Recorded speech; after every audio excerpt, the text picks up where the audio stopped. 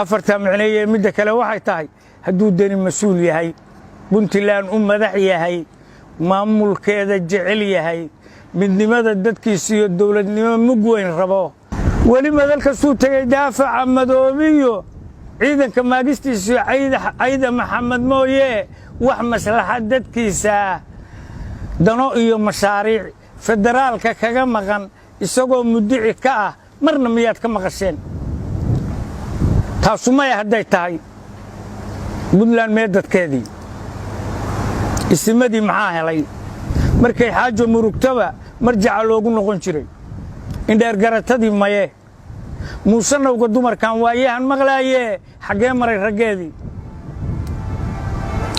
xeerka yaa mas-uulka ah dastuurka yaa mas-uulka ah baarlamaanadii maye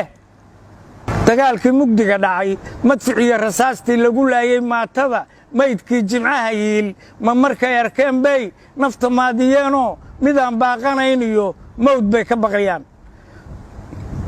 mise maamul xumad iyo murugada arlada taal manfacay ka doorteen afartaa muhiimkaa soomaaliyey maqal oo macnaha fahan tixdaas soomaaliyey maqal haddaan intaa ku dhaafo midda kale waxay tahay waa daahirto waxba kuma dedno kuwa doorashada daahinahayaa waa dawladiid waxay doonayaan inuu qaranku dumo waxay doonayaan dagaalkii xigtada waxay doonayaan dalowga iyo qaxii waxay doonayaan dayacaan ogayn darxumooyinkii dibu noqoshadood bay doonayaan ummad yahay dareen siyaasadaha dedan ummad yahay dareen siyaasadaha dedan iyo debinaday daalin iyo tuug kuu daboolayaan dareen oo markaba u diyaar garow daafaca xornimo ummad yahay dareen duul wada dhasho isu diiregoo isku diinahoo degaankoodu yahay dacalka afriko dunida ugu wacan inaad tahay dareen daafaco markaa aad baan u salaamayaa ummadda soomaaliyeed aad baan u jeclahay inay helaan qarannimo kaamila dawladnimo kaamila waxaan jeclahay inay degaan oo nabadoobaan oo nimcadooda la soo baxaan oo qaxootigooda dalowga ahay soo noqdo oo ardadoodu wax u barato oo ay nimcaadkooda ku xamdiyaan waxaan nabcahay kii kala gura qaska iyo qabyaaladda iyo qalalaasaha iyo jabhadaha la abuurayo baan ka soo horjeedaa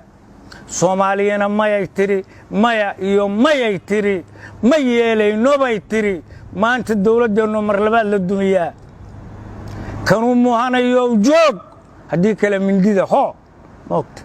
soomaali waa dhaaratay waxay ku dhaaratay qarankooda wixii raba inay ka dumiyaan inay daraan seeftooda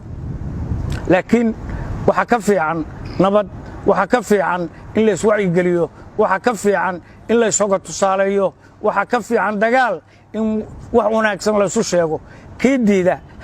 abbaay wuxuu ku ducaysan jiray ilaahu cadowga kaanu ka maaranno naga qabo kaanaan ka maarmina noo soo hanuuni hadda waxaanu leenahay ilaahu noo soo hanuuni walaalaha iyaga habowsan ilaahu xaqa tus ilaahu dawladnimo tus ilaahu mucaaradka ka dhig mid wax saxa ee aan wax duminayn